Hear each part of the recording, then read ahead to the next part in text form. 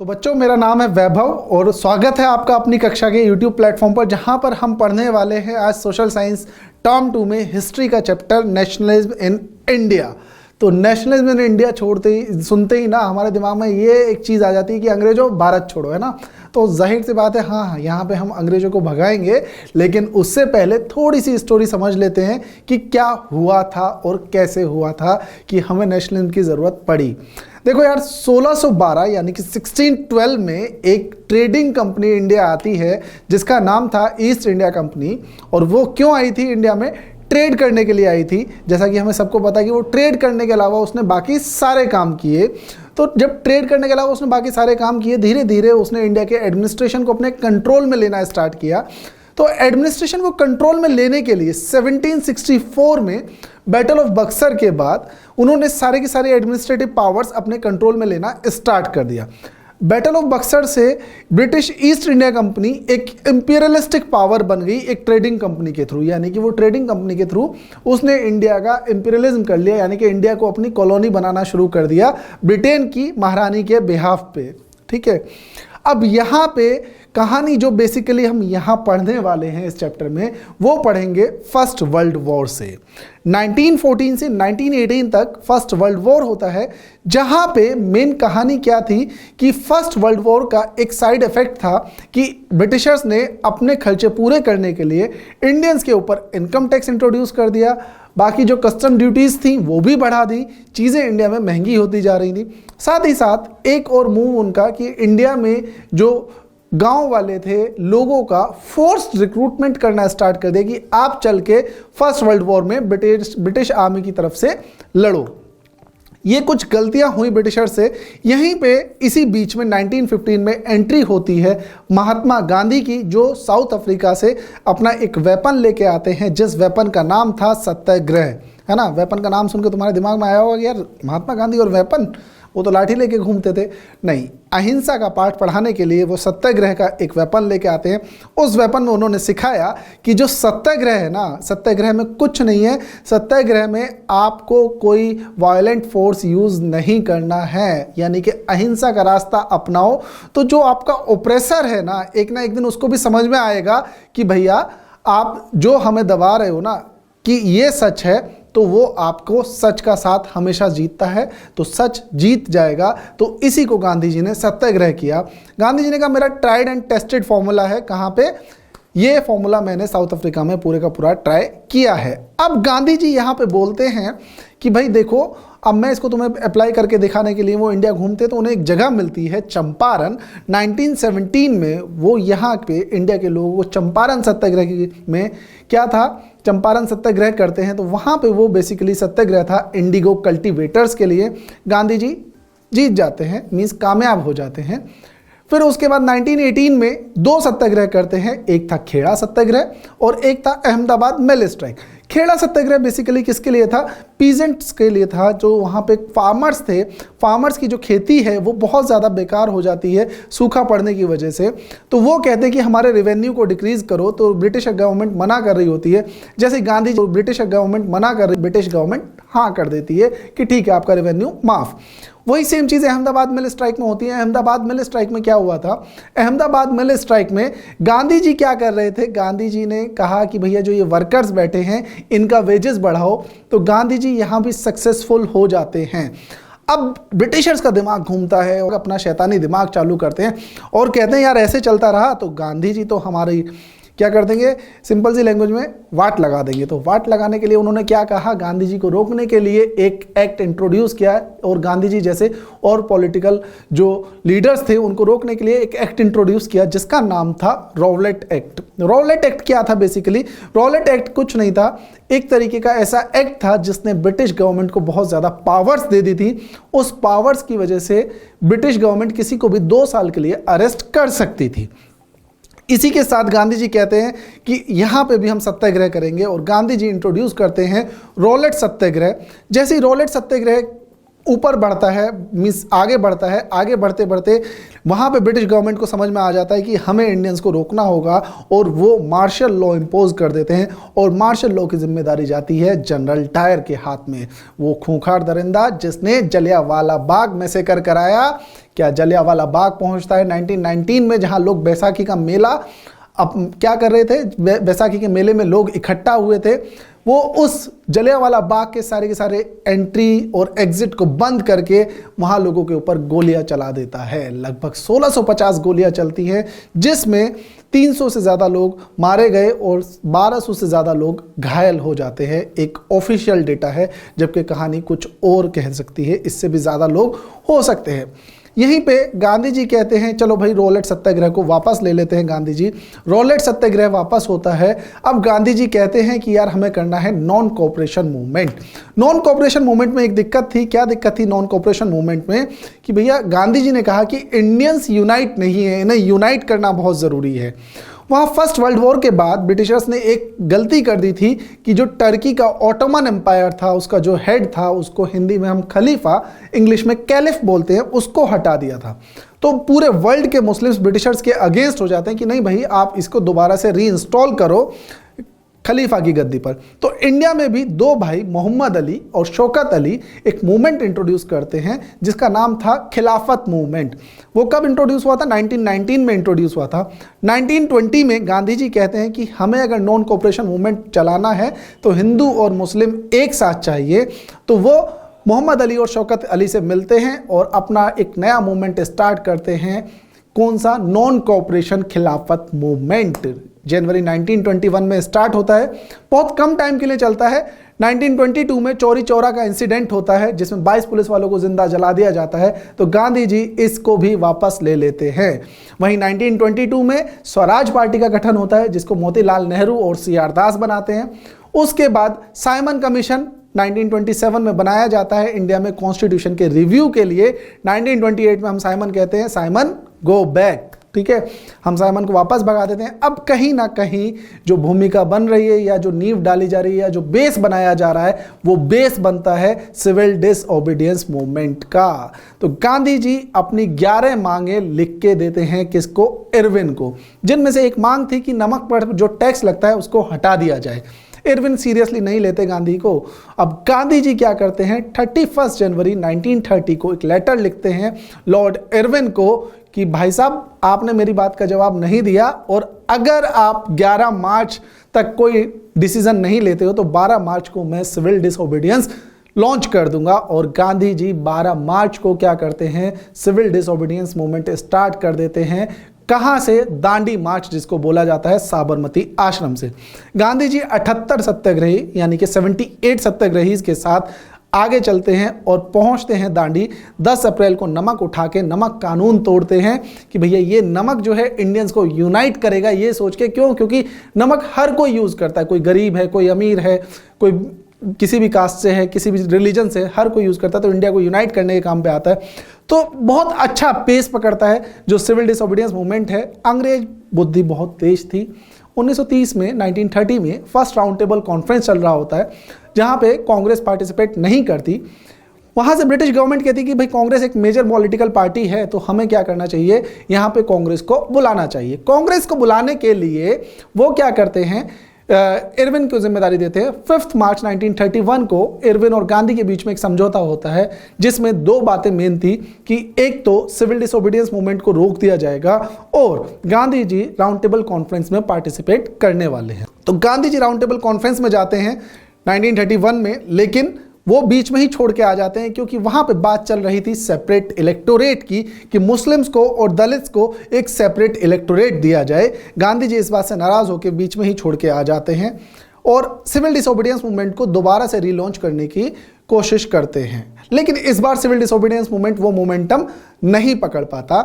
1932 में British government एक law बनाती है इंडिया के लिए जिसको नाम दिया गया कम्युनल अवार्ड। कम्युनल अवार्ड में बेसिकली क्या था?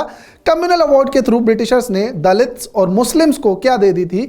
छूट दे दी थी कि भैया आप सेपरेट इलेक्टोरेट अपना बना सकते हो, यानी कि टू नेशन की जगह टू वोट सिस्टम की, एक आप लीडर चुनोगे अपनी कम्युनिटी के लिए और एक लीडर चुनोगे पूरे कंट्री के लिए।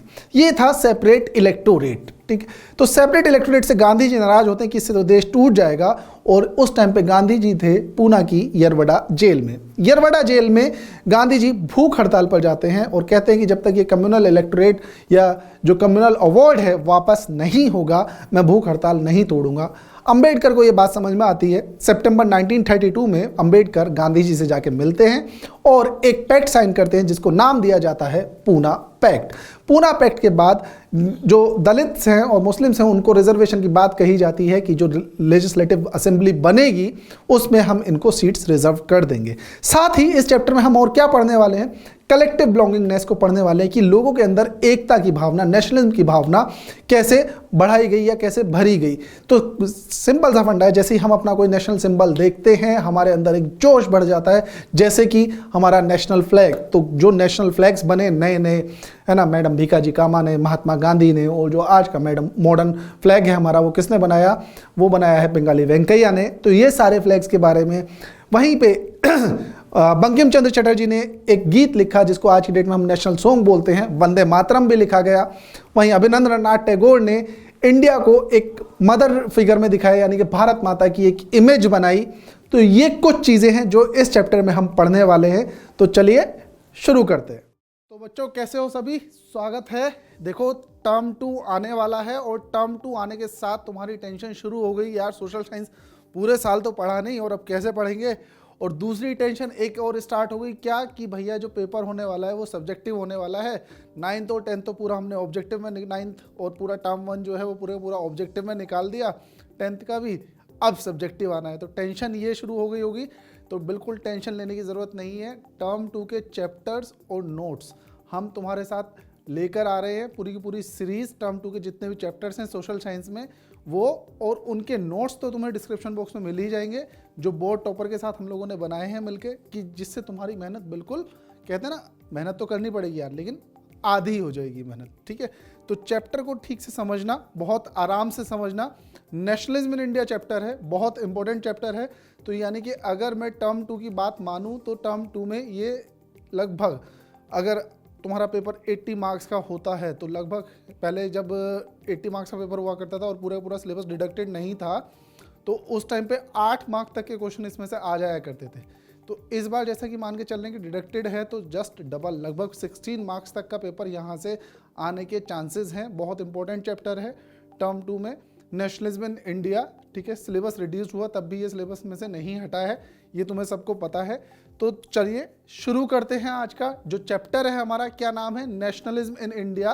तो नेशनलिज्म इन इंडिया की जो शुरुआत होती है वो शुरुआत होती है जब नेशनलिज्म इन यूरोप ख़त्म होता है। तो वहाँ पे जो वहाँ के यूरोप के कंट्रीज़ थे वो धीरे धीरे क्या स्टार्ट करते हैं, इंपीरियलिस्टिक पावर बनना स्टार्ट करते हैं। अब जो यूरोप में नेशन स्टेट बने तो लोगों के अंदर एक चीज़ नहीं जागी, अपने कंट्री के लिए प्यार, और उसको क्या बोला गया, नेशनलिज्म बोला गया। तो नेशनलिज्म का जो एक पोर्शन है, पहले वाला पोर्शन जो हम मंगल पांडे, भगत सिंह, मंगल पांडे वाला जो पोर्शन है वो फर्स्ट पोर्शन था। तो वो हम लोग पढ़ चुके हैं कहाँ पे, 8th क्लास में। ये सेकेंड पोर्शन है बेसिकली नेशनलिज्म इन इंडिया में। तो मीन्स फर्स्ट पोर्शन कहाँ खत्म हो गया, 8th क्लास में। 9th क्लास में इंडिया से रिलेटेड हमने ऐसा कोई नेशनलिस्ट मूवमेंट नहीं पढ़ा। अब जो मूवमेंट है हमारा वो मूवमेंट फिर से आता है नेशनलिज्म इन इंडिया का।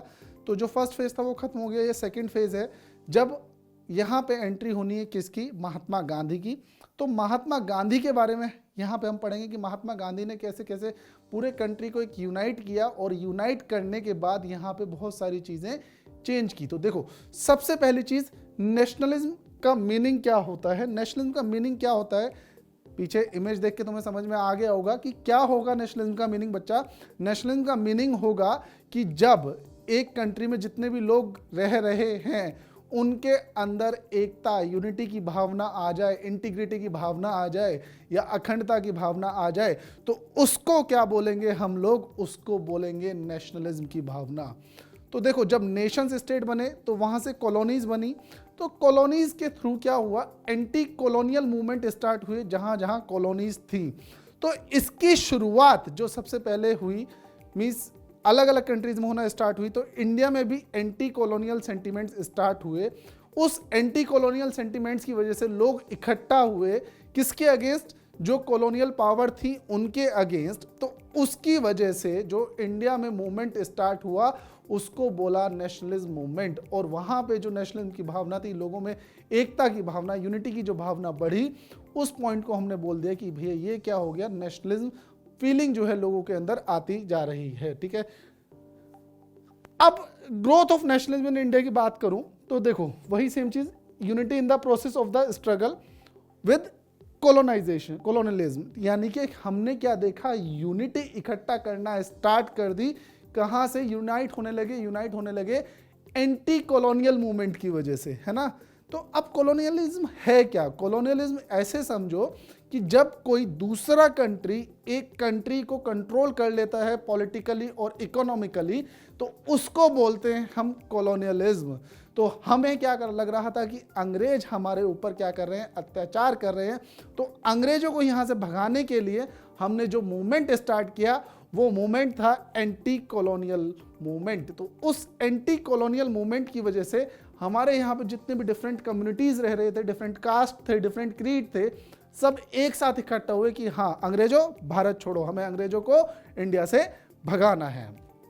ठीक है, तो अब यहाँ पे देखो कांग्रेस को, तुम्हें पता है कि कांग्रेस जो है इंडियन नेशनल कांग्रेस 1885 में बनाई गई थी, A.O. ह्यूम ने बनाई थी। तो जो इंडिया का नेशनलिस्ट मूवमेंट है उसमें कहीं ना कहीं बहुत बड़ा रोल प्ले करती है INC यानी कि इंडियन नेशनल कांग्रेस। ठीक है, तो यहाँ पे क्या हुआ, महात्मा गांधी ने क्या किया, इस कांग्रेस के साथ मिलकर पूरे के पूरे कंट्री को यूनाइट करने की कोशिश की। तो ये था हमारा नेशनलिज्म को ग्रोथ कैसे मिली। ठीक है, अगला देखो, अब first world war created a new economic and political situation. अब देखो जब वर्ल्ड वॉर हुआ, वर्ल्ड वॉर 1 सबको पता है 1914 से 1918 के बीच में हुआ, तो कहीं ना कहीं इस वर्ल्ड वॉर का इंडियन नेशनलिस्ट मूवमेंट पर बहुत बड़ा रोल प्ले होता है। तो यहाँ पे ब्रिटिशर्स ने क्या किया, देखो इंडिया ने डायरेक्टली तो पार्टिसिपेट किया नहीं है वॉर में। ठीक है, इंडिया ने किसके बिहाफ पे पार्टिसिपेट किया? इंडिया ने किसके बिहाफ पे पार्टिसिपेट किया? ब्रिटिशर्स के बिहाफ पे, क्योंकि हम ब्रिटिशर्स की कॉलोनी है। तो ब्रिटिशर्स ने उसके लिए क्या किया, सबसे पहले तो फोर्सफुल रिक्रूटमेंट करना स्टार्ट किया कि भैया जो इंडियंस हैं, इंडियंस को ज़बरदस्ती सेना में भर्ती करो, हमें क्या करनी है, फर्स्ट वर्ल्ड वॉर जीतना है। ठीक है, कस्टम ड्यूटीज़ को इंक्रीज कर दिया गया, यानी कि जो टैक्स थे उनको इंक्रीज कर दिया गया, और एक नया टैक्स इंट्रोड्यूस किया गया, इनकम टैक्स। इंडियंस के दिमाग में ये लगा कि यार ये इनकम टैक्स क्यों इंट्रोड्यूस कर दिया आपने, यार पैसा हम आप कमाएंगे, हम आपको टैक्स भी देंगे, हम अपना पैसा कमा रहे हैं अपने लिए। तो यहाँ पे इंडियंस के एक रीज़न ये हुआ, फिर एक रीज़न कि भैया जो प्राइसेस थे वो डबल होना स्टार्ट हो गए। अब वो प्राइसेस का कैसे डबल हो गए? प्राइसेस ऐसे डबल हुए, ये मान के चलो कि तुमने फ्रेंच रिवॉल्यूशन में पढ़ा था 9th क्लास में। फ्रेंच रिवॉल्यूशन में हमने पढ़ा था जब वहाँ पे फ्रांस ने हेल्प किया था किसको, अमेरिका की जो 13 ब्रिटिश कॉलोनीज थी उनको इंडिपेंडेंट कराने में हेल्प किया था। तो वहाँ पे उसने क्या किया था, लुइस 16 ने टैक्सेस को इंक्रीज कर दिया था। टैक्सेस को क्यों इंक्रीज कर दिया था? क्योंकि उसने जो पूरे के पूरे वॉर लड़े थे फ्रांस ने अमेरिकन कॉलोनीज को इंडिपेंडेंट कराने के लिए, वो सारे के सारे लोन लेके लड़े थे। अब जो मर्चेंट्स थे, जो ट्रेडर्स थे जिनसे लोन ले रखा था, वो अपना पैसा वापस मांग रहे थे कि हमें पैसा चाहिए विद इंटरेस्ट। ऐसा फ्रेंच रिवॉल्यूशन में भी पड़ा था। अब ऐसे यहाँ पे भी एक वॉर है जिसको हम फर्स्ट वर्ल्ड वॉर कहते हैं।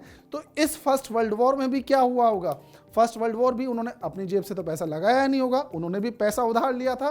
तो उस पैसे की जब डिमांड वापस हुई कि हाँ भाई आप पैसा वापस करो, तो ब्रिटिशर्स ने किसके ऊपर, इंडियंस के ऊपर टैक्सेस इंक्रीज करने स्टार्ट कर दिए। टैक्सेस इंक्रीज हुए तो चीज़ें महंगी होनी स्टार्ट हो गई, एक रीज़न ये हो गया।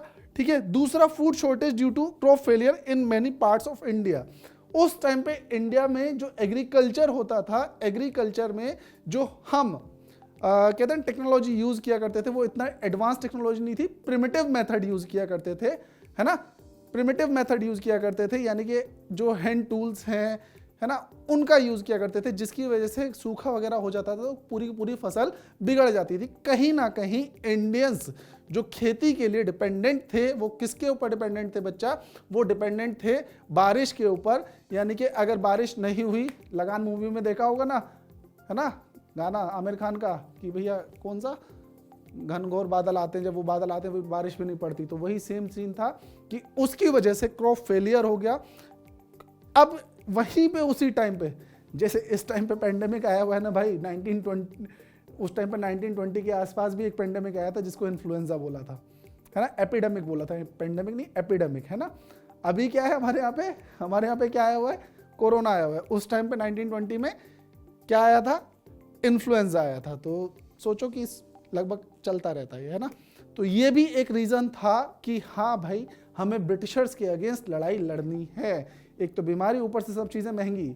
अभी भी तुम देख रहे हो ना कि सभी चीज़ें धीरे धीरे महंगी होती जा रही है। क्यों? क्योंकि जो भी बिजनेस अपॉर्चुनिटीज़ थी, कोरोना आता है, लॉकडाउन लगता है, फिर वो बिजनेस अपॉर्चुनिटीज नीचे चली जाती है। तो वही सेम कंडीशन शायद उस टाइम पे भी रही होगी लोगों के साथ कि जब एपिडेमिक फैल रहा है तो लोगों के प्राइसेस बढ़ रहे हैं, कमाई हो नहीं रही है, तो कहाँ से क्या करेंगे लोग। तो ये कुछ रीजंस थे जिसकी वजह से फर्स्ट वर्ल्ड वॉर का बहुत बड़ा इफेक्ट देखने को मिलता है। अब यहाँ पे जो एंट्री होती है 1915 में, गोपाल कृष्ण गोखले महात्मा गांधी से मिलने जाते हैं साउथ अफ्रीका। मतलब 1915 से पहले गोपाल कृष्ण गोखले जो हैं महात्मा गांधी से मिलने जाते हैं कि महात्मा गांधी जी, अब आपने साउथ अफ्रीका में बहुत काम कर लिया, अब इंडिया चलो, इंडिया में आपकी ज़रूरत है। तो यहाँ पे एक चीज़ याद रखो कि महात्मा गांधी 1915 को इंडिया वापस आते हैं। कहाँ से? साउथ अफ्रीका से। किस डेट को इंडिया वापस आते हैं? 9 जनवरी 1915 को वो इंडिया वापस आते हैं। शायद नहीं, कंफर्म है ना, शायद नहीं, कंफर्म। क्यों? 1915 में 9 जनवरी को आए थे, तो 9 जनवरी 1915 में जब महात्मा गांधी साउथ अफ्रीका से वापस आए थे, तो उस चीज़ को हम आज की डेट में किस तरीके से सेलिब्रेट करते हैं? NRI डे, है ना, नॉन रेजिडेंट इंडियंस डे के तरीके से सेलिब्रेट करते हैं हर साल, या अप्रवासी भारतीय दिवस हिंदी में उसको हम बोलते हैं। अब उन्होंने क्या किया? पहले पूरे एक साल इंडिया में घूमना स्टार्ट किया, और घूमने के बाद उन्होंने देखा कि यार कौन सी सूटेबल जगह है कि जहां मैं अपने रहने के लिए जगह बना सकता हूं। ठीक है, उन्हें सूटेबल जगह लगती है साबरमती। साबरमती में वो अपना आश्रम बनाते हैं। कब? 1916 में। ठीक है, 1916 में वो अपना आश्रम बनाते हैं। कहाँ पे? साबरमती में। पीछे तुम देख सकते हो। तो साबरमती आश्रम उन्होंने कब बनाया? 1916 में। महात्मा गांधी आए कब? 1915 में आए। और उन्होंने आश्रम कब बनाया? 1916 में। कहाँ पे बनाया? साबरमती में बनाया। याद रखना ये चीज़। चलो, अब यहाँ से गांधी जी जैसे आते हैं तो गांधी जी ने एक नई चीज़ सिखाई। क्या? सत्याग्रह। ठीक है, गांधी जी ने इंडियंस को एक नई चीज सिखा दी। क्या सिखा दी? सत्याग्रह सिखा दिया। इस सत्याग्रह का मीनिंग क्या था बच्चा? इस सत्याग्रह का मीनिंग समझना। इस सत्याग्रह का मीनिंग कुछ नहीं था कि भैया आपको, अगर आप सच्चे हो तो आपको कोई हथियार उठाने की जरूरत नहीं है। कहीं ना कहीं आपको, कहते ना सत्य में जयते, हमेशा सच की जीत होगी ही होगी। उसी बेसिस पे उन्होंने क्या कहा? सत्याग्रह की बात की। तो देखो, physical force was not necessary to fight the oppressor, यानी कि जो आपको दबा रहा है उसके साथ लड़ने के लिए आपको फिजिकल फोर्स की जरूरत नहीं है। Mahatma Gandhi believe that this dharma of non violence could unite all Indians. Mahatma Gandhi ने क्या कहा कि भैया जब नॉन वायलेंस के थ्रू हम इंडियंस को एक कर सकते हैं, मीन्स अहिंसा के थ्रू हम इंडियंस को एक कर सकते हैं। ये कहीं ना कहीं महात्मा गांधी का एक आइडिया था। इन्होंने क्या बोला? By persuading the oppressor to see the truth, यानी कि जब ऑपरेसर खुद ट्रूथ देखेगा तो हम जीत जाएंगे। इस मूवमेंट को उन्होंने क्या नाम दिया? मींस इस टेक्निक को क्या नाम दिया? सत्याग्रह उन्होंने टेक्निक को नाम दिया। तो यहाँ पे क्वेश्चन पूछा जाता है सीबीएसई में, सत्याग्रह को एक्सप्लेन करने के लिए 2 नंबर में ये क्वेश्चन पूछा जा सकता है। तो सत्याग्रह में एक्सप्लेन करने के लिए तुम यहाँ लिख सकते हो कि भैया सत्याग्रह एक 2 वर्ड को मिलकर बना, सत्य प्लस आग्रह, जिसमें उन्होंने क्या कहा था कि भैया ऑपरेसर के साथ अगर आप सच्चे हो तो ऑपरेसर के साथ लड़ने की जरूरत नहीं है। नॉन वायलेंस के थ्रू आप आराम से क्या कर सकते हो? किसी भी लड़ाई को जीत सकते हो। तो महात्मा गांधी ने एक नया वेपन दिया इंडियंस को। क्या? सत्याग्रह। तो गांधी जी ने क्या कहा था कि मैंने साउथ अफ्रीका में ट्राइड एंड टेस्टेड है ये फॉर्मूला, तो टेंशन लेने की जरूरत नहीं है, हम इसमें कामयाब हो जाएंगे। ये किसका आइडिया था? महात्मा गांधी का आइडिया था सत्याग्रह का। अब यहाँ पे गांधी जी जैसे आते हैं इंडिया में, तो इंडिया में आने के बाद 1 साल के बाद वो सबसे पहला अपना जो मूवमेंट स्टार्ट करते हैं 1917 में चंपारण सत्याग्रह स्टार्ट करते हैं, जो कहाँ पे है? चंपारण, बिहार में है। और चंपारण सत्याग्रह हुआ क्यों था? चंपारण सत्याग्रह हुआ था बच्चा इंडिगो कल्टीवेटर्स के लिए। इंडिगो मींस बिहार में मींस ब्रिटिशर्स ने, तुमने 8th क्लास में पढ़ा था ना, ब्लू रिबेलियन।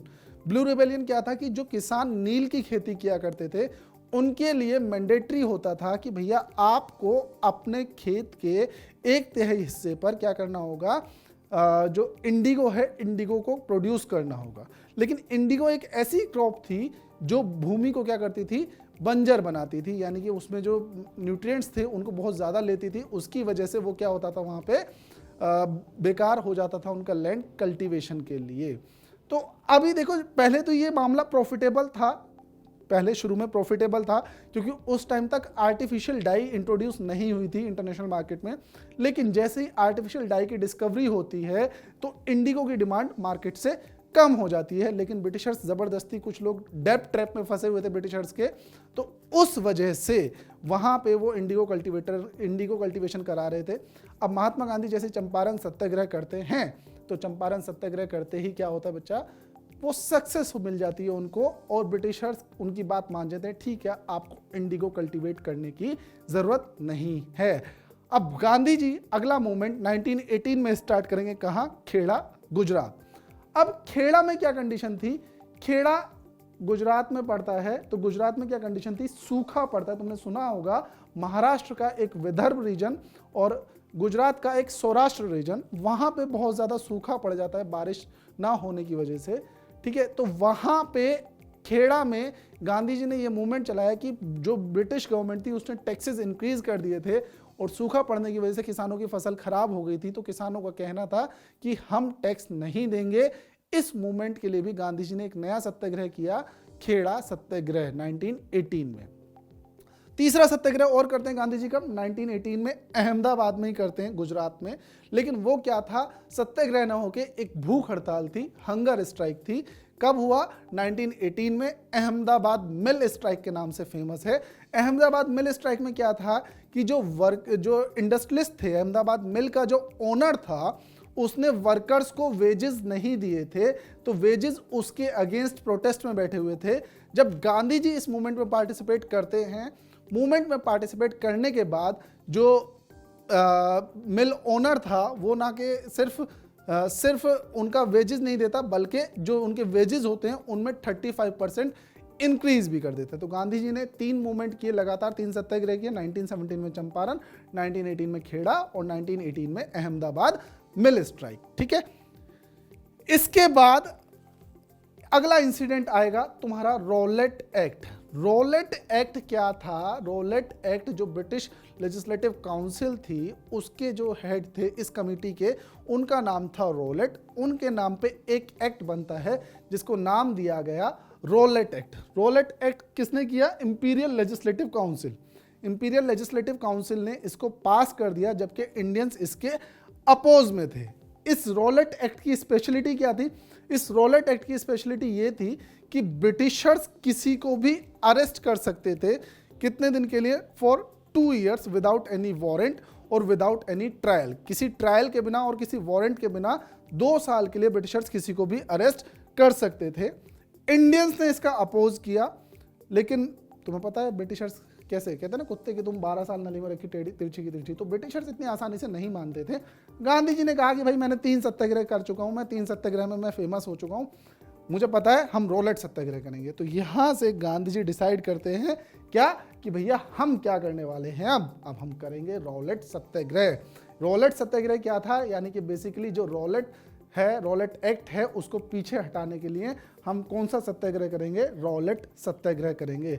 तो रॉलेट सत्याग्रह के लिए गांधी जी इसकी शुरुआत करते हैं 6 अप्रैल को। 6 अप्रैल को रैलीज ऑर्गेनाइज कराई जाती हैं बहुत सारी जगह। वर्कर्स जो होते हैं वो स्ट्राइक पे चले जाते हैं, ठीक है। रेलवे वर्कशॉप और शॉप्स को क्या कर दिया जाता है? बंद कर दिया जाता है, कहना कि नहीं हम गांधी जी के साथ हैं, हम रॉलेट सत्याग्रह में बढ़ चढ़ के हिस्सा लेंगे, हम कहते हैं ना भैया रॉलेट को वापस लो। रॉलेट में मीन्स इंडियंस के पास रॉलेट एक्ट में कोई अथॉरिटी नहीं थी कि वो अपना डिफेंस कर सके।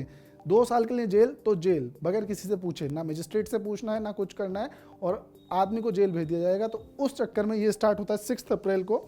रैलीज ऑर्गेनाइज की गई, रैलीज ऑर्गेनाइज की जाती हैं। उसके बाद क्या होता है, उसके बाद जो वर्कर्स हैं, वर्कर्स हड़ताल पे चले जाते हैं और दुकानें वगैरह सब बंद कर देते हैं।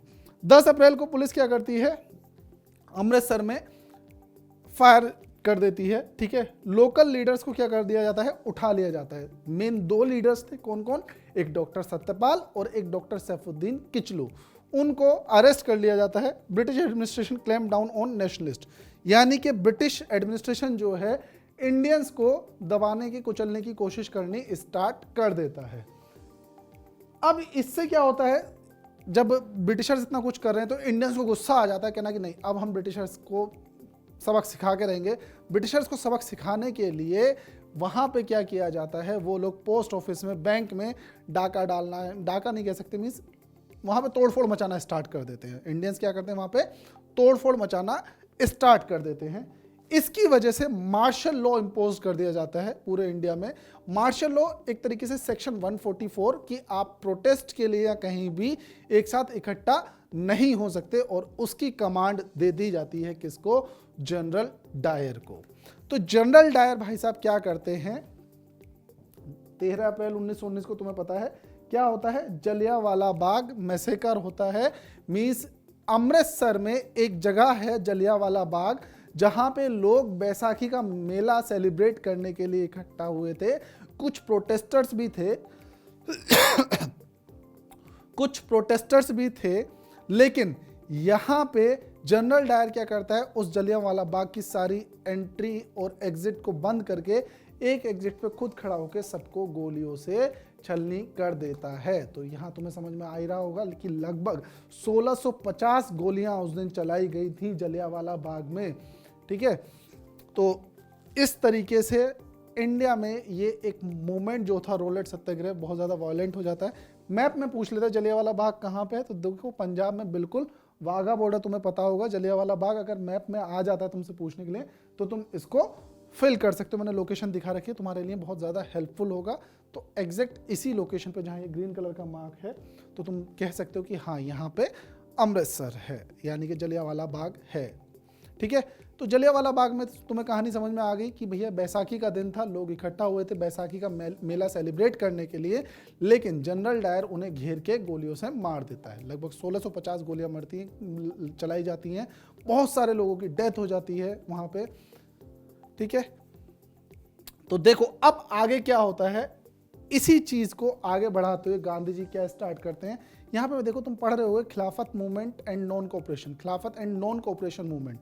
तो गांधी जी क्या कर रहे हैं, खिलाफत मूवमेंट और non cooperation movement Gandhi ji start करना चाहते हैं, नॉन कोऑपरेशन मूवमेंट, लेकिन किसके साथ मिलके, खिलाफत के साथ। अभी पहले खिलाफत मूवमेंट समझते हैं, खिलाफत मूवमेंट था क्या। देखो फर्स्ट वर्ल्ड वॉर खत्म हुआ, फर्स्ट वर्ल्ड वॉर कब खत्म हुआ, 1918 में खत्म हुआ। जैसे ही 1918 में फर्स्ट वर्ल्ड वॉर खत्म होता है तो जो टर्की ओटोमन एम्पायर था वहां पे एक इस्लामिक हेड था जिसको बोला जाता था कैलिफ, हिंदी में हम उसको क्या बोलते हैं, खलीफा बोलते हैं। तो ब्रिटिशर्स उस कैलिफ को हटा देते हैं। तुमने first world war Nazism and rise of Hitler में पढ़ा होगा कि भैया वहां पे एक ट्रीटी साइन की गई थी, ट्रीटी ऑफ वर्साइल्स। जो सेंट्रल पावर्स थी वो कौन सी ट्रीटी साइन करते हैं, ट्रीटी ऑफ वर्साइल्स। तो जितने भी सेंट्रल पावर्स में कंट्रीज थे उनके ऊपर वेरियस सैंक्शंस लगाए जाते हैं। तो टर्की भी कहीं ना कहीं सेंट्रलिस्ट पावर का पार्ट था, तो उसके ऊपर भी सैंक्शन लगाया जाता है कि भैया जो कैलिफ है आपका, अब कैलिफ को राजगद्दी से हटा दिया जाएगा और रूल कौन करेंगे, वहां पे भी एक तरीके से ब्रिटिशर्स करेंगे। तो इस चीज की वजह से इंडिया में लोग नाराज हो जाते हैं। अब इंडिया में लोग नाराज क्यों हो जाते हैं, भाई टर्की का है ना, टर्की को हटाया तो इंडिया में क्यों लोग नाराज हो जाते हैं। तो देखो बच्चा ऐसा समझो कि ये जो कैलिफ है, कैलिफ को पूरे वर्ल्ड में जितने भी मुस्लिम्स थे, टर्की के कैलिफ को वो क्या माना जाता था, इस्लामिक हेड माना जाता था पूरे वर्ल्ड का।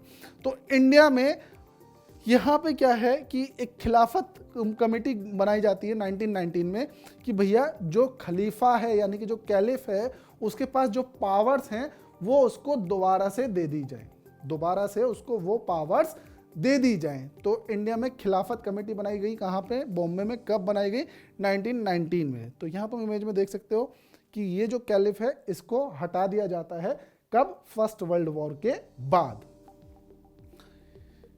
ये दो महाशय हैं, इंडिया में ऑल इंडिया खिलाफत कमेटी बनाते हैं जो बॉम्बे में। इनको हम फेमस किस नाम से जानते हैं? अली ब्रदर्स के नाम से। मोहम्मद अली और शौकत अली, ये दोनों के दोनों नाम थे। ठीक है, तो ये क्या चाहते हैं कि भैया इंडिया में आप क्या करो, इंडिया में आप कर दो क्या, एक मूवमेंट स्टार्ट जिसकी वजह से ब्रिटिशर्स की नाक में दम हो जाए और वो क्या कर दे, जो कैलिफ है कैलिफ को रीइंस्टॉल कर दें, जो उन्होंने उसे उसकी राजगद्दी से हटाया है।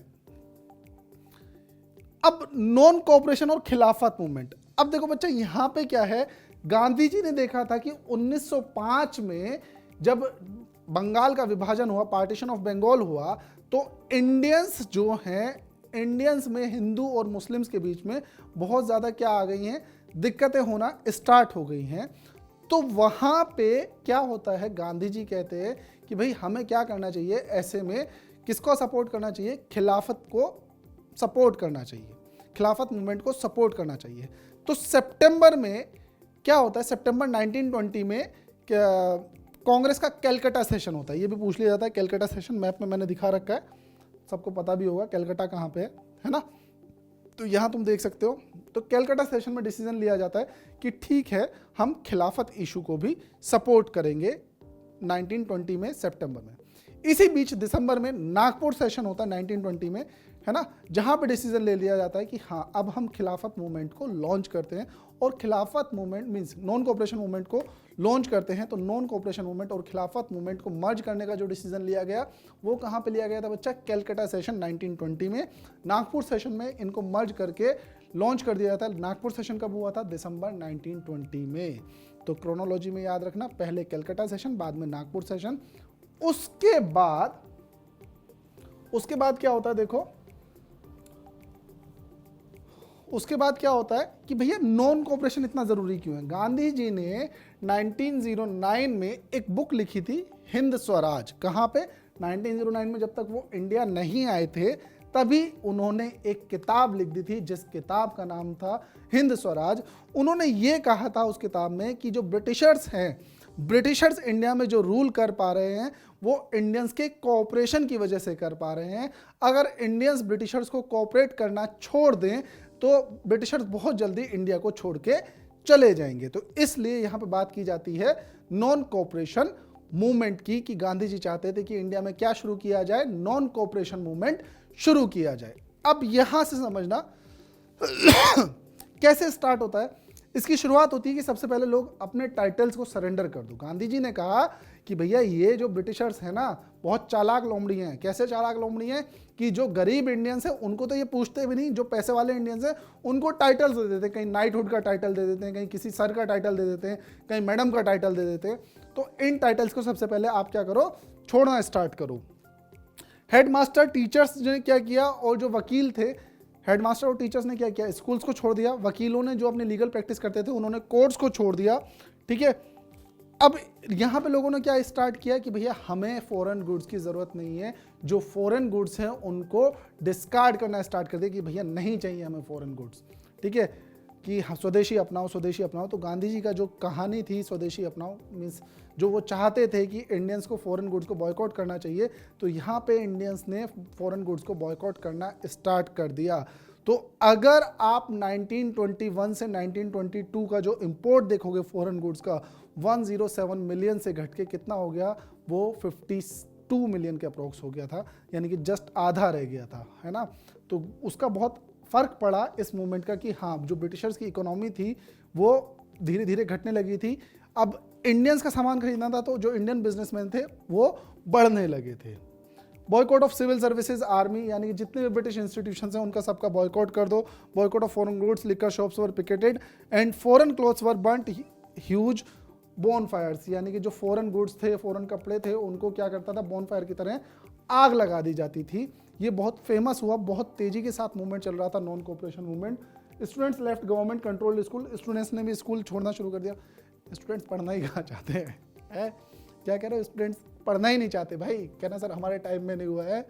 अब स्टूडेंट्स इसलिए परेशान है सर, कोविड में हम स्कूल ही नहीं जा पा रहे हैं। तो स्टूडेंट्स ने क्या किया, स्कूल छोड़ दिया। कहना भाई हम महात्मा गांधी जी के साथ हैं, महात्मा गांधी जी का सपोर्ट करेंगे, अंग्रेजों के स्कूल में नहीं जाएंगे, हम जाएंगे तो कहाँ जाएंगे, इंडियंस के स्कूल में जाएंगे। ठीक है, merchants and traders refuse to trade in foreign goods, means जो बिजनेसमैन थे उन्होंने भी कह दिया कि भैया अब हम जो हैं फॉरेन गुड्स में कोई भी डील नहीं करेंगे।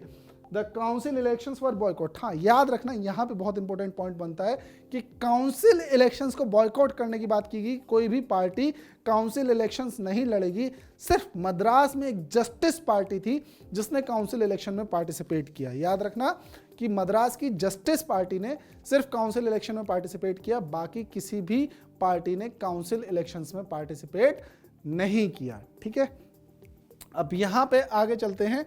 How participant saw the movement, यानी कि हर पार्टिसिपेंट ने मूवमेंट को अपने अपने तरीके से देखा।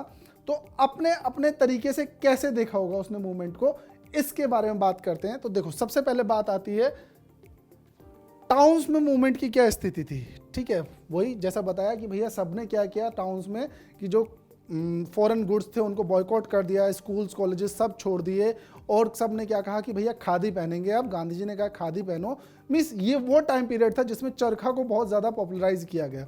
गांधी जी ने कहा कि कोई मशीन से बनाने की ज़रूरत नहीं कपड़े को, इसे आप घर पे भी बना सकते हो खादी का कपड़ा। तो यहाँ से चरखा बहुत ज़्यादा फेमस होना स्टार्ट हो जाता है। ठीक है,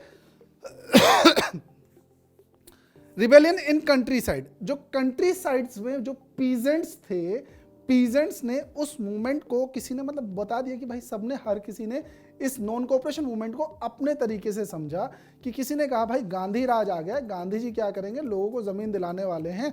तो यहाँ पे एक बाबा रामचंद्र थे। बाबा रामचंद्र जो थे इंडेंचर्ड लेबर थे, मीन्स इंडेंचर्ड लेबर की तरह काम किया था। इंडेंचर्ड लेबर का मतलब क्या होता है, एक कॉन्ट्रेक्चुअल लेबर की तरीके से वो काम करके आ चुके थे। तो उन्होंने देखा कि इंडिया में पीजेंट्स की बहुत बुरी हालत है, तो पीजेंट्स की हालत सुधारने के लिए उन्होंने क्या कहा कि भैया पीजेंट से बेगार का काम कराया जाता है। बेगार का काम जिसका पैसा उनको नहीं मिलता, फ्री ऑफ कॉस्ट, वो क्या काम करते हैं, लैंडलॉर्ड्स के यहाँ पे काम करते हैं। तो यहाँ पे बाबा रामचंद्र ने एक पार्टी बनाई, किसके साथ मिलके, जवाहरलाल नेहरू के साथ मिलके, जिसको नाम दिया गया अवध किसान सभा। अवध किसान सभा का मेन फोकस क्या था, पीजेंट्स। तो यूपी में ये इतना फेमस होता है कि कुछ ही टाइम के अंदर अंदर अवध किसान सभा की 300 से ज़्यादा ब्रांचेस बना दी जाती हैं आसपास के गांवों में। ठीक है, कितनी, 300 से ज़्यादा ब्रांचेस बना दी जाती हैं बच्चा आसपास के गांवों में।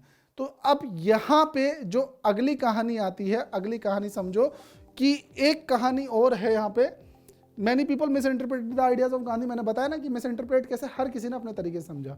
यहीं पे अवध में तुम एक कहानी और पढ़ोगे, नाई धोबी मूवमेंट। नाई धोबी मूवमेंट क्या था कि जो वहाँ पे अवध के एरिया में जो नाई थे, यानी कि जो बार्बर जिनको बोला जाता है, और धोबी यानी कि वॉशरमैन जो थे, उन लोगों ने लैंडलॉर्ड्स का काम करने से मना कर दिया, कहना कि नहीं, ना हम इनके बाल काटेंगे और ना ही इनके कपड़े धुलेंगे, क्योंकि ये हमसे काम करवाने का पैसा तो देते नहीं है, हम बेगार नहीं करेंगे अब। तो ये बहुत ज़्यादा इंस्पायर करते हैं वहाँ के लोगों को। कौन, बाबा रामचंद्र और जवाहरलाल नेहरू। कौन सी पार्टी बनाई, अवध किसान सभा बनाई। इसी के साथ तुम लिंक करोगे नाई धोबी मूवमेंट। नाई धोबी मूवमेंट में क्या था कि जो वॉशरमैन और जो बार्बर्स हैं वो लैंडलॉर्ड्स के कपड़े नहीं धुलेंगे और उनके बाल नहीं काटेंगे। इसके बाद अगली कहानी क्या आती है, ट्राइबल मूवमेंट। ये भैया, ये ट्राइबल मूवमेंट कहाँ हुआ था, आंध्र प्रदेश में एक पहाड़ी पड़ती है जिसको नाम दिया जाता है गुडेम हिल्स। ठीक है, तो इस गुडेम हिल्स में एक आदमी था, अलूरी सीताराम राजू। तो अलूरी सीताराम राजू को लोग बहुत पावरफुल मानते थे कि ये भैया भगवान का क्या है, अवतार है हमारे यहाँ पे। ये क्या कहता था, इसने जब गांधी जी की बात सुनी तो गांधी जी से बहुत ज़्यादा इंस्पायर्ड था। इसने लोगों से कहा कि भैया शराब मत पियो, आप खादी के कपड़े पहनो। बस एक चीज़ पे इसने लोगों को गलत सिखाया कि भैया लोगों को मारो पीटो, ब्रिटिशर्स को भगाओ यहाँ से। तुमने 8th क्लास में पढ़ा था ट्राइबल डिकोज में कि ब्रिटिशर्स ने क्या किया था, बहुत सारे सैंक्शंस लगा दिए थे ट्राइबल्स के ऊपर कि वो जंगलों में नहीं जा सकते थे। तो जंगल भी जो ट्राइबल्स थे वो कहीं ना कहीं ब्रिटिशर्स से बहुत ज़्यादा नाराज़ थे।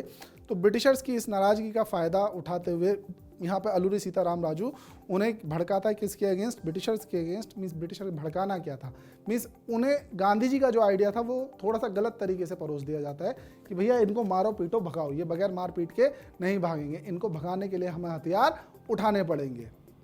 तो ये कहानी है अलूरी सीताराम राजू की, जो आंध्र प्रदेश के गुडेम हिल्स में चलती है। तो वहाँ पे जो ट्राइबल पॉपुलेशन थी उसके अगेंस्ट, मीन्स उस पॉपुलेशन ने ब्रिटिशर्स के अगेंस्ट ये मूवमेंट चलाया था। तो कैसे, गुरिल्ला वॉरफेयर। गुरिल्ला वॉरफेयर क्या होता है कि जंगलों में छुप जाते थे और ब्रिटिशर्स को छुप के वार किया करते थे उनके ऊपर, यानी कि उन पर छुप के अटैक किया करते थे, है ना। स्वराज इन प्लांटेशन वर्कर्स को भी ये बताया गया भैया गांधी राज आने वाला है, अब जो जमीन है वो हमें मिलेगी। अब प्लांटेशन वर्कर्स के लिए एक एक्ट आया था, इमिग्रेशन एक्ट 1859 में। इस एक्ट में क्या था कि अगर आप प्लांटेशन वर्कर हो और एक बार प्लांटेशन फील्ड में पहुंच गए तो आप अपने घर वापस नहीं जा सकते जब तक फसल पूरी नहीं हो जाएगी। तो किसी ने बताया भाई ऐसे ऐसे गांधी जी नाम का एक मसीहा आया है और हमें क्या है, घर जाने की भी छूट है और हमें ज़मीन मिलने वाली है, गांधी राज आया है। तो यहाँ पे भी लोगों ने इसको मिस इंटरप्रेट किया, लेकिन पुलिस जब ये लोग जाने लगे तो पुलिस ने बहुत ज़्यादा ब्रूटैलिटी दिखाई और इनको बहुत ज़्यादा मारा पीटा। तो प्लांटेशन वर्कर्स थे, उनकी जो आइडियोलॉजी थी गांधी राज को लेके, वो भी एक तरीके से धूमिल हो गई, यानी कि धूल में छिप गई। Non cooperation movement slow down in cities. क्यों स्लो डाउन हुआ भैया? देखो, सबसे पहली चीज lack of vision. Idea of swaraj was not clear in the minds of satyagrahi. सबसे बड़ी दिक्कत यही थी कि हर किसी ने स्वराज का मतलब अपने तरीके से समझा। पीजेंट्स ने समझा हमें स्वराज मिल रहा है किससे? लैंडलॉर्ड से, ठीक है। जो आपके ये प्लांटेशन वर्कर थे, इन्होंने सोचा हमें स्वराज मिल रहा है किससे? जो ब्रिटिशर्स हैं उनसे, ठीक है। मीन्स किसी ने इसको पूरे नेशन के बेसिस पे ना समझ के इंडिविजुअली अपने अपने तरीके से सबने स्वराज की डेफिनेशन बनाई। तो सबसे बड़ा रीज़न जो फेलियर का था वो था कि भैया विजन क्लियर नहीं था किसी के भी दिमाग में कि भैया स्वराज है क्या, ठीक है। अब यहाँ पे जो मिल क्लॉथ था वो सस्ता होता था, खादी बहुत ज़्यादा महंगी पड़ती थी। तो जो लोगों ने स्वदेशी अपनाने का काम स्टार्ट किया था वो धीरे धीरे ढीला पड़ने लगा कि लोगों के पास पैसा तो था नहीं, जॉब भी वो छोड़ने लगे थे, है ना। स्टूडेंट्स ने भी स्कूल्स कॉलेजेस छोड़ दिए थे। लेकिन धीरे धीरे जब ना तो इंडियन स्कूल हैं ना इंडियन कोई जॉब की अपॉर्चुनिटीज़ हैं, तो जो लोगों ने जॉब छोड़ी थी, जिन लोगों ने स्कूल छोड़े थे, वो दोबारा से स्कूल्स और अपनी जॉब की तरफ वापस जाने लगते हैं। तो इस वजह से ये मूवमेंट थोड़ा सा स्लो हो जाता है शहरों में, गाँवों में नहीं, शहरों में स्लो हो जाता है। फिर चौरी चौरा इंसिडेंट हो जाता है। चौरी चौरा भी पूछ लेता कहाँ पे? तो गोरखपुर, यहाँ याद रखना, बिहार बॉर्डर के जस्ट पास जो है वो क्या है? चौरी चौरा है, ठीक है। तो अगर तुमसे मैप में पूछ ले तो तुम इसको बहुत इजीली मार्क कर सकते हो, इसलिए मैंने तुम्हें शो कर दिया कि भैया चौरी चौरा कहाँ पे। तो चौरी चौरा इंसिडेंट क्या था? 1922 में गोरखपुर में जो चौरी चौरा जगह है वहाँ पे लोग इत्मीनान से क्या कर रहे थे? प्रोटेस्ट कर रहे थे। पुलिस वाले आके वहाँ प्रोटेस्टर्स के ऊपर गोली चला देते हैं और उस गोली से वहाँ भीड़ में गुस्सा हो जाता है और भीड़ क्या करती है? भीड़ जाती है पुलिस स्टेशन में और 22 पुलिस वालों को जिंदा जला दिया जाता है।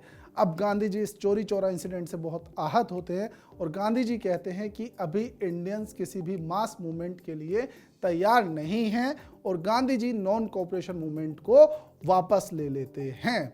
अब जैसे ही Gandhi ji non cooperation movement को वापस लेते हैं तो कांग्रेस के कुछ लोग कहते हैं कि यार गांधी जी आपने क्या कर दिया, अब आप ऐसे नहीं करोगे तो हमें क्या करना पड़ेगा? अंग्रेजों के साथ पार्ट लेके अंग्रेजों से लड़ाई लड़नी पड़ेगी। अब अंग्रेजों के साथ पार्ट कैसे लिया जाएगा कि आपने काउंसिल इलेक्शन लड़ने को मना करा था, हम काउंसिल इलेक्शन लड़ेंगे। इस कड़ी में CR दास और मोतीलाल नेहरू क्या करते हैं बच्चा?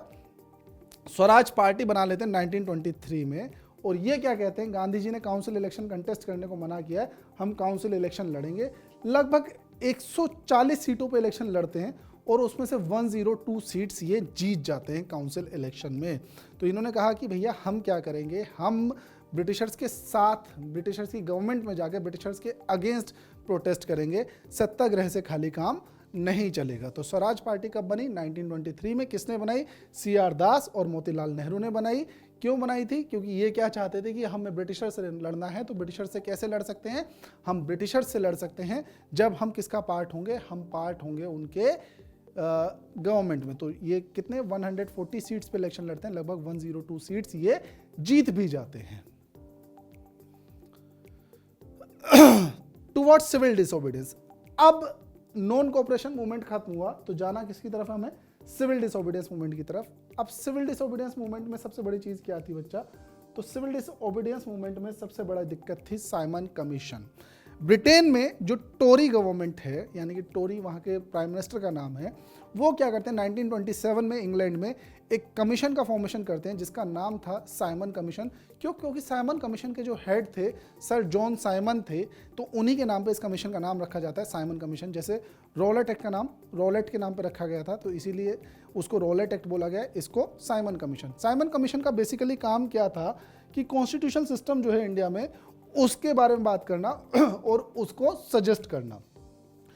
अब इसको इंडियंस ने क्या कहा, साइमन गो बैक। हमने इसको वापस क्यों भेजा, साइमन गो बैक के पीछे जो मेन रीजन था, वो मेन रीजन ये था बच्चा साइमन गो बैक के पीछे कि यहाँ पे जो है सारे के सारे मेंबर जो थे इस कमीशन के, वो सारे के सारे कौन थे, ब्रिटिशर्स थे, कोई भी एक इंडियन नहीं था। बेसिकली यहाँ पे क्या चाहिए था भैया, यहाँ पे चाहिए था उनको इंडियंस को कि भैया आप इंडिया के लिए कोई कॉन्स्टिट्यूशन बना रहे हो और उसमें आप एक भी इंडियन से कुछ नहीं पूछ रहे हो, तो ये बहुत बड़ा ब्लंडर है।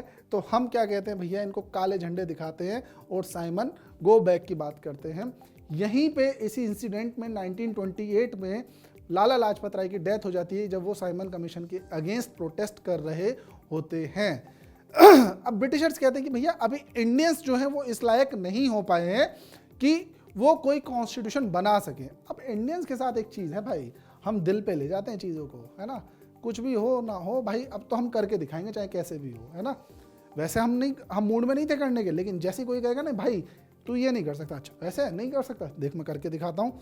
तो ऐसे ब्रिटिशर्स ने कहा भी इंडियंस इस लायक नहीं कि वो कॉन्स्टिट्यूशन बना सके। इंडियंस ने कहा नहीं हम बना लेंगे। तो ब्रिटिशर्स ने यहाँ पे एक शर्त रख दी, बहुत तेज थे ब्रिटिशर्स, उन्हें पता था ये बना लेंगे, इंडियंस है, इतना पावर है इंडियंस के अंदर।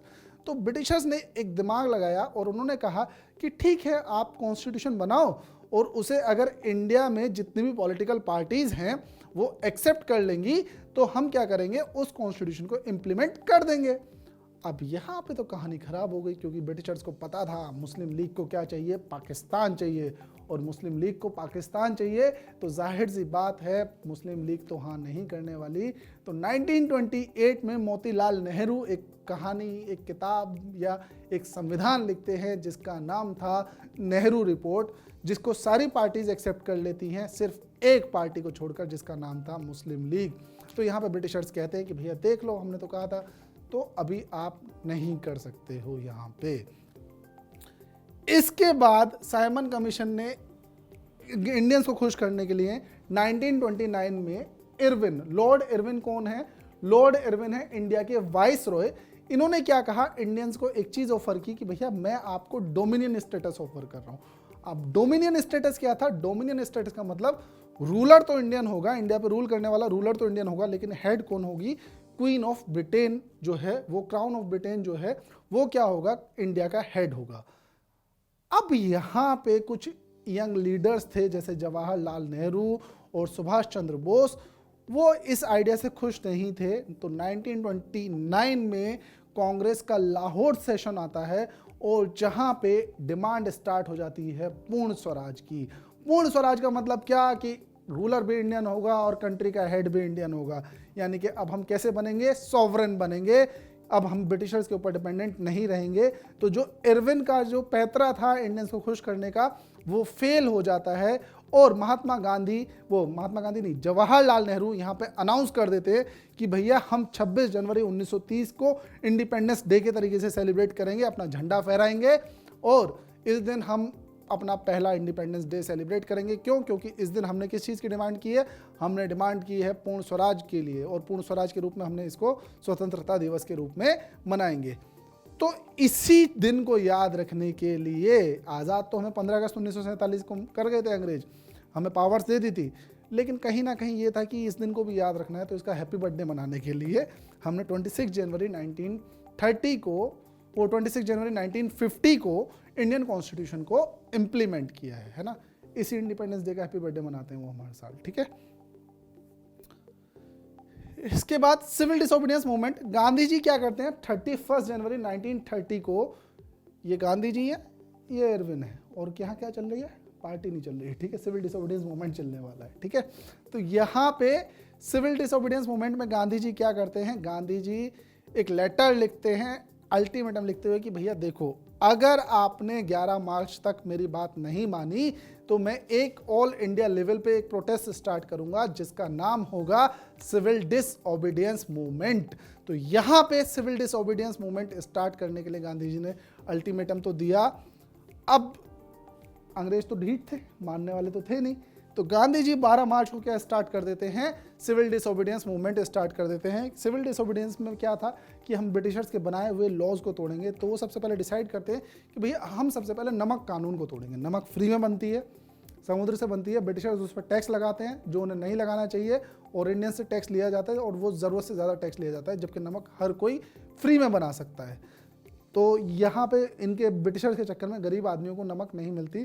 तो गांधी जी यहाँ पे एक साबरमती से चलते हैं, 240 माइल्स की यात्रा थी, ठीक है, 240 माइल्स की यात्रा थी। तो लगभग 24 दिन तक हर दिन 10 माइल चलते हैं। तो साबरमती से शुरू होकर कहाँ पहुँचते हैं, दांडी पहुँचते हैं, और दांडी में जाके नमक उठा के वो नमक कानून को तोड़ते हैं। यहाँ पे याद रखना, यहाँ पे एक नाम और तुम सुनोगे, खान अब्दुल गफ्फार खान। खान अब्दुल गफ्फार खान जो वेस्टर्न फ्रंट पर, मीन्स अगर पाकिस्तान को हम इंडिया का पार्ट मान के चलें, देखो ये पाकिस्तान है, इस पाकिस्तान को अगर हम इंडिया का पार्ट मान के चलें तो इसके इधर वाले पार्ट पर गांधी जी कहाँ है, इधर ईस्ट साइड में हो गए पाकिस्तान के कंपैरिजन में, क्योंकि पाकिस्तान उस टाइम पे इंडिया का पार्ट है।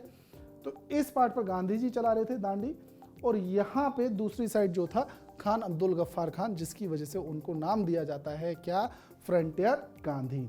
तो गांधी जी ने यहाँ पे आके दांडी में आके नमक कानून तोड़ा, ठीक है। तो ये मैंने तुम्हें पूरा यहाँ पे मैप दिखा रखा है, और यहाँ पे पूछ लेता दांडी कहाँ पे, तुम बड़े आराम से मार्क कर सकते हो। यहाँ पे लोगों ने कैसे शुरू किया, सबसे पहले नमक कानून को तोड़ा। लोगों ने, जो फॉरेस्ट पीपल थे, उन्होंने जो जंगल के कानून थे वो तोड़े। फॉरेन क्लॉथ का बॉयकॉट करना स्टार्ट कर दिया। विलेज ऑफिशियल्स जो थे, गाँव में जो हेड थे, मुखिया थे, उन्होंने रिजाइन करना स्टार्ट कर दिया, ठीक है। जो लिकर शॉप्स थी उनको पिकेट करना, यानी कि उनको बंद करना स्टार्ट कर दिया गया। पीजेंट रिफ्यूज टू पे रेवेन्यू एंड चौकीदारी टैक्स। जो पीजेंट्स थे उन्होंने रेवेन्यू और चौकीदारी टैक्स देने से मना कर दिया, कि गांधी जी ने मना करा है कि हमें कोई टैक्स पे नहीं करना है, हमें डिसओबे करना है सारे के सारे रूल्स को। तो यहाँ पे ये चीज स्टार्ट हो जाती है। अब यहाँ पे राउंड टेबल कॉन्फ्रेंस, इसी बीच में 1931 में इंडिया के लिए कॉन्स्टिट्यूशन बनाने के लिए ब्रिटेन में एक मीटिंग चल रही है, जिसको नाम दिया गया राउंड टेबल कॉन्फ्रेंस। कोई और रीज़न नहीं था, ये टेबल गोल थी, इसलिए इसको राउंड टेबल कॉन्फ्रेंस कहा जाता है। इस राउंड टेबल कॉन्फ्रेंस में कांग्रेस पार्टिसिपेट नहीं करती है। क्यों? क्योंकि कांग्रेस ने तो सिविल डिसोबीडियंस मूवमेंट स्टार्ट कर दिया है, ठीक है। तो कब हुआ ये, 1930, नवंबर 1930 में। और गांधी जी ने कब, 12 मार्च 1930 को क्या स्टार्ट कर दिया, 12 मार्च 1930 को सिविल डिसोबीडियंस मूवमेंट स्टार्ट कर दिया। यहाँ पे राउंड टेबल कॉन्फ्रेंस में कांग्रेस पार्टिसिपेट नहीं करती है। अब ब्रिटिशर्स का मानना था कि कांग्रेस के बिना तो भैया काम चलेगा नहीं, कांग्रेस को बुलाना ज़रूरी है। तो वहाँ से ऑर्डर जाता है किसके पास, इरविन के पास, कि भैया आप क्या करो, आप कांग्रेस को समझाओ और गांधी जी को समझाओ कि सिविल डिसोबीडियंस मूवमेंट को फिलहाल पॉज लगा दें, और पॉज लगा दें या रोक दें, और राउंड टेबल कॉन्फ्रेंस में पार्टिसिपेट करें।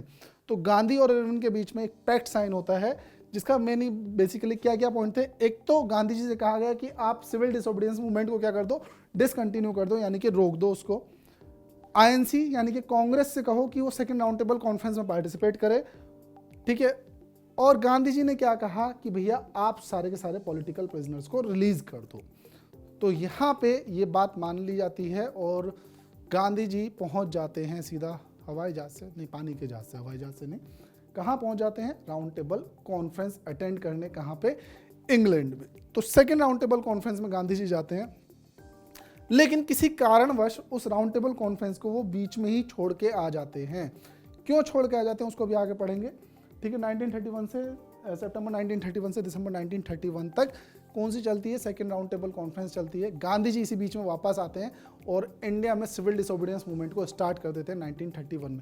बीच में पॉज आ गया है राउंड टेबल कॉन्फ्रेंस की वजह से, लेकिन वो 1931 में आते ही दोबारा शुरू कर देते हैं। ये याद रखना, नवंबर से दिसंबर 1932, इसको अभी बात करेंगे आगे। थर्ड राउंड टेबल कॉन्फ्रेंस का communal award and Poona pact. देखो सेकेंड राउंड टेबल कॉन्फ्रेंस में गांधी जी के नाराज होने का जो मेन रीजन था, वो मेन रीजन था कम्युनल अवार्ड। इसे हम मैकडोनल्ड अवार्ड के नाम से भी जानते हैं। मैकडोनल्ड अवार्ड क्यों बोला जाता है, क्योंकि जो ब्रिटेन के प्रधानमंत्री थे उस टाइम पे वो थे रैमसे मैकडोनल्ड। तो वो क्या करते हैं, सेपरेट इलेक्टोरेट प्रोवाइड करा देते हैं, किसको, मुस्लिम्स को और दलित्स को। यहाँ पे गांधी जी कहते हैं नहीं भैया ऐसे नहीं हो सकता। गांधी जी आते हैं और गांधी जी आके भूख हड़ताल पर बैठ जाते हैं, ठीक है, भूख हड़ताल पर बैठ जाते हैं। अगस्त 1932 में ये आता है, ठीक है। Gandhi ji civil disobedience movement चला रहे होते हैं, तो उस टाइम पे पूना में यरवड़ा जेल है, वहाँ जेल के अंदर गांधी जी थे। गांधी जी भूख हड़ताल पर बैठते हैं और कहते हैं कि भैया अगर ये होता है, कम्युनल अवार्ड मिलता है तो देश बढ़ जाएगा, ठीक है। तो देश को बांटने से रोकने के लिए गांधी जी कहते हैं जब तक ये कम्युनल अवार्ड वापस नहीं होगा तब तक मैं भूख हड़ताल पर रहूंगा। गांधी जी को तो आदत है भूख हड़ताल पर रहने की। अब यहाँ पे अंबेडकर और गांधी जी के बीच में इशू स्टार्ट हो जाता है। अंबेडकर चाहते थे कम्युनल अवार्ड मिले, गांधी जी चाहते थे कम्युनल अवार्ड ना मिले। अब लोग बाग अंबेडकर को समझाते हैं कि भाई अंबेडकर मान जाओ बात को, अगर गांधी जी की डेथ हो गई तो जिस कम्युनिटी के लिए तुम डिमांड कर रहे हो सेपरेट इलेक्टोरेट की, वो कम्युनिटी क्या हो जाएगी, उसके साथ दिक्कत हो जाएगी, उसके लोग दुश्मन हो जाएंगे। तो तुम्हें क्या करना चाहिए, यहाँ पे तुम्हें गांधी जी की बात मान लेनी चाहिए। तो अंबेडकर गांधी जी से मिलने जाते हैं सितंबर में यरवड़ा जेल में, और दोनों के बीच में एक डील साइन होती है जिसमें गांधी जी कहते हैं मैं एक ऑल इंडिया लेवल पर मूवमेंट चलाऊंगा दलित्स के अगेंस्ट, ठीक है, जिसमें उन्होंने दलित्स को दलित ना कह के क्या बुलाया, हरिजन बुलाया। यानी कि ये लोग जो है हरि मीन्स गॉड, जन यानी कि सीधे भगवान के लोग हैं जिनको हमें मानना चाहिए, यानी कि इनकी हमें एक तरीके से इन्हें अवहेलना नहीं करनी चाहिए। तो गांधी जी ये मूवमेंट चलाते हैं और यहाँ पे जो पूना पैक्ट होता है, दूसरी बात ये रखी जाती है कि भैया कम्युनल अवार्ड जैसे वापस होगा तो जो सेंट्रल लेजिस्लेटिव काउंसिल है, जैसे आज की डेट में पार्लियामेंट है, तो पार्लियामेंट में हम जो एससी और एसटी कम्युनिटी है उनकी सीट्स को रिजर्व कर देंगे, यानी कि उनकी कुछ सीट्स को क्या कर दिया जाएगा, रिजर्वेशन दे दिया जाएगा, जिसकी वजह से क्या होगा, वहां पे जो कम्युनल अवार्ड है उस पर रोक लग जाएगी। तो यहाँ पे एक क्वेश्चन पूछ लिया जाता है डिप्रेस्ड क्लासेस, ठीक है, डिप्रेस्ड क्लासेस को रिजर्वेशन की बात कर दी जाती है यहाँ पे। चलो आगे चलते हैं। पूना पैक्ट के बाद क्या होता है, सिविल डिसोबीडियंस मूवमेंट को लोग कैसे देखते हैं। अब यहाँ पे कहानी है, नॉन कोऑपरेशन मूवमेंट को सबने अपने तरीके से समझा, सिविल डिसोबीडियंस मूवमेंट को भी सब अपने तरीके से समझेंगे। गांधी जी के तरीके से कोई नहीं समझ रहा, ठीक है। गांधी जी समझा के परेशान है कि भैया ऐसे समझो, लेकिन गांधी जी के तरीके से कोई नहीं समझ रहा, सब अपने तरीके से समझ रहे हैं। तो देखो अब यहाँ पे सबसे पहली बात आती है कि जो ग्रुप्स ज्वाइन कर रहे थे उनके दिमाग में 3 क्वेश्चन थे। सबसे पहला क्वेश्चन कि भैया हम मूवमेंट को क्यों ज्वाइन करें। दूसरा क्वेश्चन, भैया क्या क्या हमारी मांगे हैं, क्या वो हमारी इससे पूरी हो रही हैं या नहीं हो रही हैं, ये उनके आइडियल्स क्या थे, और उनके लिए स्वराज क्या है। हर किसी के लिए स्वराज अलग था। वही सेम चीज़ सिविल डिसोबीडियंस मूवमेंट में जो नॉन कोऑपरेशन मूवमेंट में पड़ी थी, वही एज इट इज़ यहाँ पे भी रही। हर किसी ने स्वराज की डेफिनेशन अपने अकॉर्डिंग बनाई, है ना। तो अब यहाँ पे सबसे पहले आता है कि रिच पीजेंट्स ने कहा कि भैया हम क्यों पार्टिसिपेट करेंगे, कि भैया जो ट्रेड डिप्रेशन, तुम्हें पता है 1929 में 1930 में तुमने Nazism and rise of Hitler में क्या पढ़ा है, ग्रेट डिप्रेशन पढ़ा है। ग्रेट डिप्रेशन की वजह से जितने भी कंट्रीज अमेरिका से जुड़े हुए थे, चाहे डायरेक्टली या इनडायरेक्टली, कहीं ना कहीं उन कंट्रीज पर बहुत ज़्यादा इफेक्ट पड़ा था। तो जब अमेरिका में वॉलमार्ट क्रैश कर जाता है तो ब्रिटिशर और अमेरिका का आपस में अच्छी खासी थी, तो हम ब्रिटिशर्स की कॉलोनी थे, तो जाहिर सी बात है उसका इफेक्ट हमारे यहाँ भी आया। तो यहाँ पे सबसे पहला पॉइंट वही है, डिप्रेशन एंड फॉलिंग प्राइसेस। उसकी वजह से पैसे की जो कीमत थी वो बहुत ज़्यादा गिरने लगी थी, चीज़ें, है ना। फाउंड इट इम्पॉसिबल टू पे द गवर्नमेंट रेवेन्यू डिमांड्स। जो गवर्नमेंट रेवेन्यू मांग रही थी उतना पैसा वो इकट्ठा कर ही नहीं पा रहे थे, ठीक है। The government refuse to reduce revenue demands which led to wide spread resentment, है ना। मीन्स गवर्नमेंट ने क्या कहते कि भैया हम रिवेन्यू को कम नहीं करेंगे, क्योंकि गवर्नमेंट को भी रिवेन्यू की जरूरत थी, भैया सब चीज़ें नुकसान में चल रही थी। तो यहाँ पे ये दिक्कत, तो ये इन रिच पीजेंट्स ने क्या सोचा, अगर हम सिविल डिसोबीडियंस मूवमेंट ज्वाइन कर लेंगे तो सिविल डिसोबीडियंस मूवमेंट ज्वाइन करने से हमारे लिए फ़ायदा होगा और ये रिवेन्यू नीचे आना स्टार्ट हो जाएगा। अगला देखो कि जो पुअर पीजेंट्स थे उन्होंने क्यों ज्वाइन किया। रिच पीजेंट्स ने भी अपनी सोच थी, यहाँ पुअर पीजेंट्स की भी क्या सोच थी कि भैया देखो वो लैंडलॉर्ड से परेशान थे, उनका रेंट, लैंडलॉर्ड पे भी इफेक्ट पड़ रहा था, तो वो रेंट बढ़ा रहे थे। पुअर पीजेंट्स को क्या चाहिए था, कम रेंट चाहिए था, जैसे उन्हें टैक्स कम चाहिए था, इनको रेंट कम चाहिए था, ठीक है, टू बी रेमिटेड, यानी कि जो रेंट अभी तक उन्होंने नहीं दिया है वो माफ हो जाए। They also wanted reduction in revenue demand, जो रेवेन्यू डिमांड थी लैंडलॉर्ड्स की वो भी कम हो जाए। They joined a variety of radical movements often led by socialist and communists, यानी कि यहाँ पे उन्होंने बहुत सारे मूवमेंट ज्वाइन किए। सोशलिज्म आइडियोलॉजी धीरे धीरे प्रॉस्पर होनी स्टार्ट हो गई थी इंडिया में 1924 के बाद से। पॉलिटिकल पार्टीज में तुमने पढ़ा भी होगा, इंडिया की जो पॉलिटिकल पार्टी है कौन सी, कम्युनिस्ट पार्टी ऑफ इंडिया, वो 1924 में बन जाती है। तो वो धीरे धीरे से इंडिया में प्रॉस्पर होने लगे थे सोशलिस्ट आइडियाज़ और कम्युनिस्ट आइडियाज़। तो वो क्या कहते हैं, उनकी बात थी कि सब इक्वल है, कोई ऊपर नीचे नहीं है, मीन्स सोसाइटी में सब कुछ सबका है, सबको इक्वल मिलना चाहिए।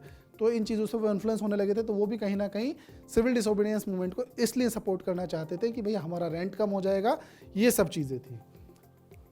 अब इंडस्ट्रियलिस्ट क्लास ने क्यों कहा कि भैया, उन्होंने देखा कि भैया उन्हें क्या चाहिए थी, प्रोटेक्शन चाहिए थी, किसके अगेंस्ट, फॉरेन गुड्स के अगेंस्ट, ठीक है।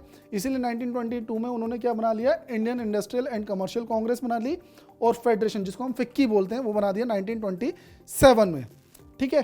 तो ये क्या चाहते थे कि भैया जो कॉलोनियल कंट्रोल है इंडियन इकोनॉमी पे वो ना रहे, वो खत्म हो जाए। तो इसलिए इन्होंने क्या किया, इन्होंने इस मूवमेंट में पार्टिसिपेट किया। तुम देख रहे हो, रिच पीजेंट्स ने क्या सोचा कि भैया हमारा टैक्स कम हो जाएगा, पुअर पीजेंट्स ने सोचा हमारा रेंट खत्म हो जाएगा, यह इन्होंने सोचा कि भैया जो ब्रिटिशर्स की पॉलिसी है वो सारी की सारी खत्म हो जाएंगी। अब गांधी जी जब वापस आए हैं, राउंड टेबल कॉन्फ्रेंस से वापस आ गए, तो why was the business classes enthusiastic to participate the CDM। अब 1932 में वो क्यों ज्वाइन करना चाहते थे, ठीक है ना, the business, why was the business class enthusiastic to participate in the CDM, वो क्यों थे, देखो, स्प्रेड ऑफ मिलिटेंट एक्टिविटीज, यानी कि उनके अगेंस्ट जो है लोग बाग दंगा फसाद कर रहे थे, ठीक है। Younger members of Congress socialist, और वो उसकी आइडियोलॉजी को कर रहे थे, है ना। Worried about prolong disruption of business, वो क्यों चिंतित थे कि भैया उनका बिजनेस जो है उसको नुकसान पहुंच रहा है, वो इसलिए चिंतित थे। तो उन्होंने सोचा कि भैया हम अब 1932 में इसको क्या कर देंगे, सपोर्ट कर देंगे। इसके बाद industrial workers not participate in the CDM, उन्होंने क्यों पार्टिसिपेट नहीं किया, इंडस्ट्रियलिस्ट वर्कर जो थे, वर्कर्स ने क्यों पार्टिसिपेट नहीं किया, क्योंकि वर्कर्स ने इसलिए पार्टिसिपेट नहीं किया, वर्कर्स कहीं ना कहीं सोच रहे थे कांग्रेस के जो मेंबर हैं वो कहीं ना कहीं इंडस्ट्रियलिस्ट हैं, और कांग्रेस खुद भी नहीं चाहती थी कि वर्कर्स ज्वाइन करें या वर्कर्स को वो सपोर्ट करें। क्यों, क्योंकि उनको जो पैसा मिल रहा था मूवमेंट के लिए वो कहाँ से मिल रहा था, इंडस्ट्रियलिस्ट से मिल रहा था। तो यहाँ पे जो वर्कर्स थे, इंडस्ट्रीज में वर्क करने वाले जो लोग थे, मजदूर थे, उन्होंने इस मूवमेंट में पार्टिसिपेट नहीं किया, ठीक है। How and why the women participate in the civil disobedience movement, women ने क्यों पार्टिसिपेट किया, सबसे पहली चीज विमेन ने पार्टिसिपेट इसलिए किया कि भैया जो सॉल्ट मार्च था, गांधी जी की एक आवाज पे वो घरों से निकल के आ गई। तो उन्होंने सोचा कि गांधी जी ने कहा है ये हर औरत की ड्यूटी है कि उसे इस मूवमेंट में पार्टिसिपेट करना चाहिए। तो यहाँ पे फीमेल्स ने बहुत बढ़ चढ़ के हिस्सा लिया, लेकिन सोसाइटी में कोई ड्रास्टिक चेंज नहीं आ पाया विमेन के पार्टिसिपेट करने से भी। अब लिमिटेशंस क्या क्या थी, different communities had different abstract idea, her community का अपना एक अलग आइडिया था, मुस्लिम्स का अपना अलग आइडिया था, दलित्स का अपना अलग आइडिया था। Limited participation by Dalits in CDM, वो मैं बता ही चुका हूं तुम्हें। Large communities of Muslim did not, वही मुस्लिम्स भी नहीं चाहते थे। Civil disobedience movement started with an atmosphere of suspicion and distrust between communities, यानी कि ये जो स्टार्ट हुआ, जो कम्युनिटीज थी इंडिया में उनमें आपस में ही ट्रस्ट नहीं था, इस वजह से स्टार्ट हुआ था। तो कहीं ना कहीं इस मूवमेंट के डिस्ट्रप्शन के पीछे एक ये बहुत बड़ा रीजन था कि कोई पूरा कंट्री यूनाइट नहीं हो पाया। जैसे नॉन कोऑपरेशन मूवमेंट में सब एक साथ आए थे, इसमें सब एक साथ नहीं आ पाए। वर्किंग क्लास को यहाँ पे छोड़ दिया गया, दलित्स को छोड़ दिया गया, मुस्लिम्स को छोड़ दिया गया, ठीक है। हाँ, लेकिन वीमेन ने नॉन कोऑपरेशन मूवमेंट के कंपैरिजन में ज्यादा पार्टिसिपेट किया सिविल डिसोबीडियंस मूवमेंट में।